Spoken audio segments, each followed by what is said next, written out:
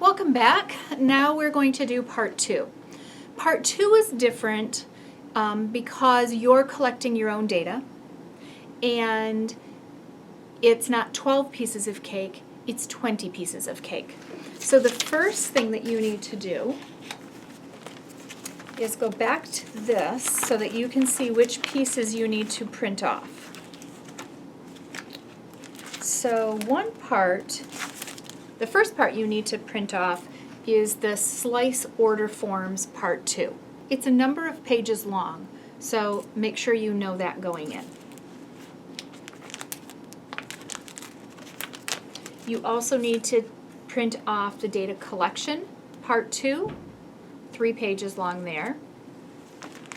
And finally, the Comparing Slices Part 2. So why don't you pause, find those 3 documents, and go ahead and print those off.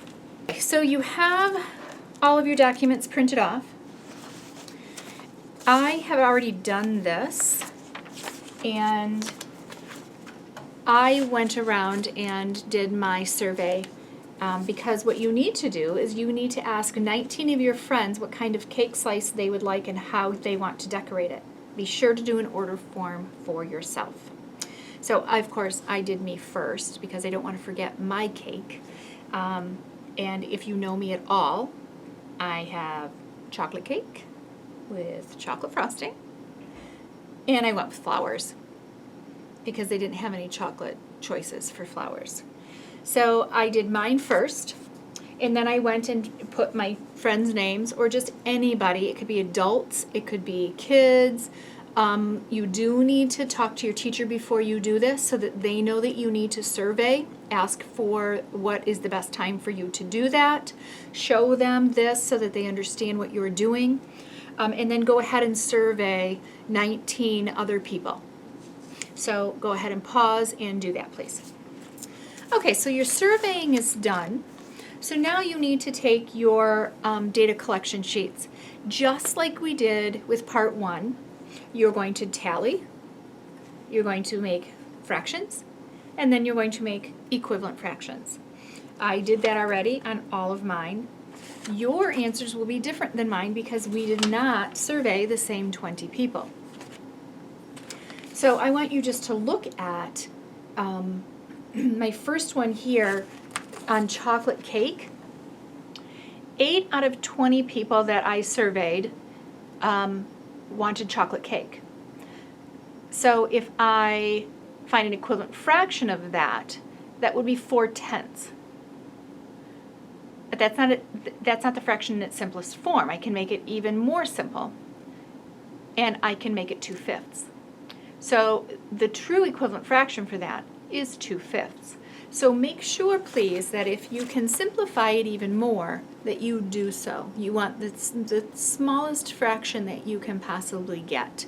So keep simplifying if need be. And then, of course, I did the same thing with this one that I did with part 1. So I took the Ziploc bag that has a 20 on it this time instead of 12, because this cake has 20 pieces.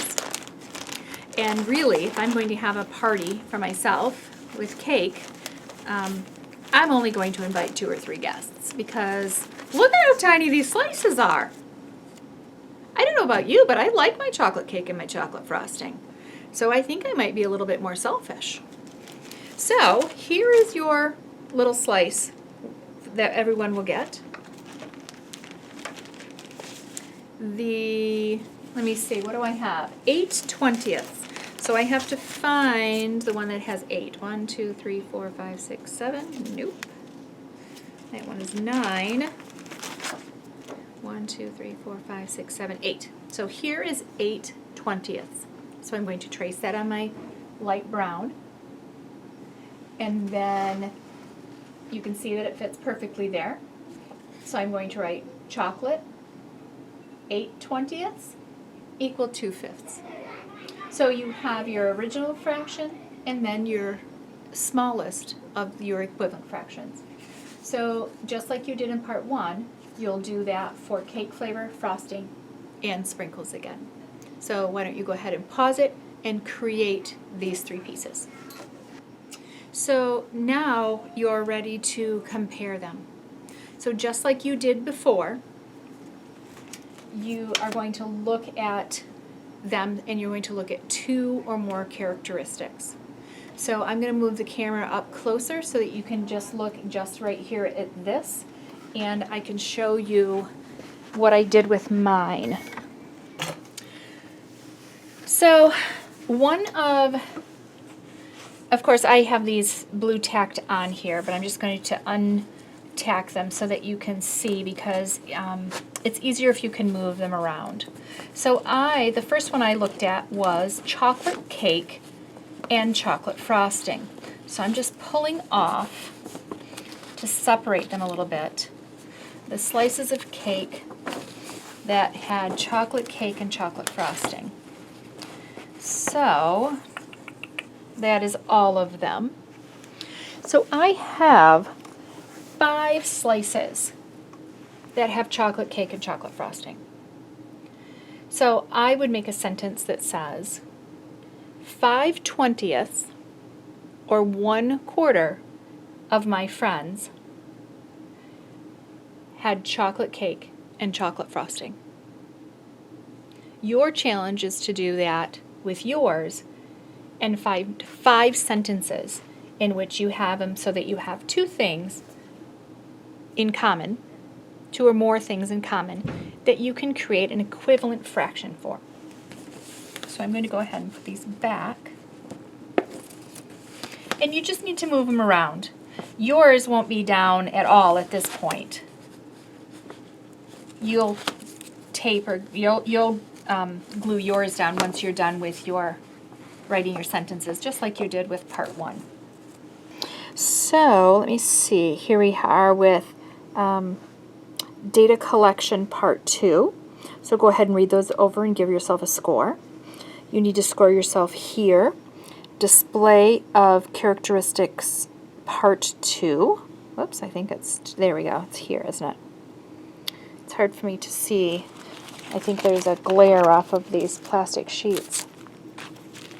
So anything with part 2 is what you need to give yourself a score with. So here as well, display of slices part 2, comparing slices part 2, and then you'll need to give yourself another score for color scheme and cutting. So that is the end of this project. I hope you had fun, and I hope that you'll be doing another one with me.